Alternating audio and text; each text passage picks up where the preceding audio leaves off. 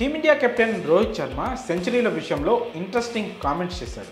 ఇంగ్లాండ్తో test series ఆరంభానికి ముందు రోహిత్ చేసిన ఈ కామెంట్స్ ప్రస్తుతం చర్చనీయాంశంగా మారాయి. హైదరాబాద్లోని ఉప్పల్ స్టేడియంలో భారత్ ఇంగ్లాండ్ మధ్య తొలి టెస్ట్ జరుగుతోంది. గురువారం ప్రారంభమైన ఈ మ్యాచ్లో ఇంగ్లాండ్ తొలుత బ్యాటింగ్కు దిగింది. భారత స్పిన్నర్లు ఇంగ్లాండ్ను కట్టడి చేశారు. మ్యాచ్ సంగతి పక్కన పెడితే మ్యాచ్కి ముందు రోహిత్ తన సెంచరీల గురించి చేసిన వ్యాఖ్యలను ఒకసారి పరిశీలిస్తే జట్టు గెలవాలనే కసి రోహిత్లో ఏ స్థాయిలో ఉందో అర్థం చేసుకోవచ్చు. పూర్తి వివరాల్లోకి వెళ్తే భారత్ ఇంగ్లాండ్ మధ్య తొలి టెస్ట్ ప్రారంభానికి ముందు team India veteran cricketer Dinesh Karthik Rohit శర్మను ఇంటర్వ్యూ చేశాడు. ఈ చిట్ చాట్లో వరల్డ్ కప్ గెలవడం గురించి, వరల్డ్ కప్ టోర్నీలో సెంచరీలు చేయడం అనే అంశం గురించి టాపిక్ వచ్చింది.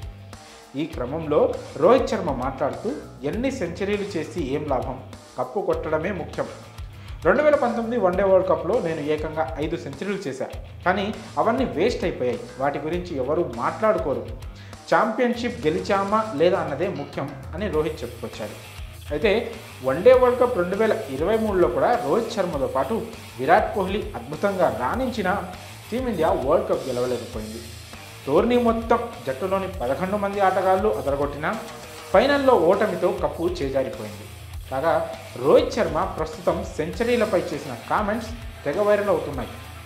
రోహిత్ శర్మ దృష్టిలో సెంచరీలు చేయడం పెద్ద విషయం కాదు, టీమిండియాకు వరల్డ్ కప్ అందించడం లేదా ఇతర మెగా టోర్నీలు గెలవడమే పెద్ద విషయం అని క్రికెట్ అభిమానులు అంటున్నారు. అందుకు వన్డే వరల్డ్ కప్ 2023నే ఒక మంచి ఉదాహరణ అంటున్నారు. ఎందుకంటే రోహిత్ శర్మ వరల్డ్ కప్ టోర్నీలో పవర్ ప్లేలో వీలైనంత పరుగులు చేయడానికి వేగంగా ఆడాడు. 40-80ల్లో చాలాసార్లు అవుట్ అయ్యాడు.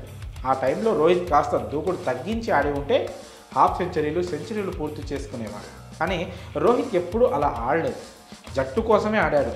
ఇప్పుడు అదే విషయాన్ని మాటల్లో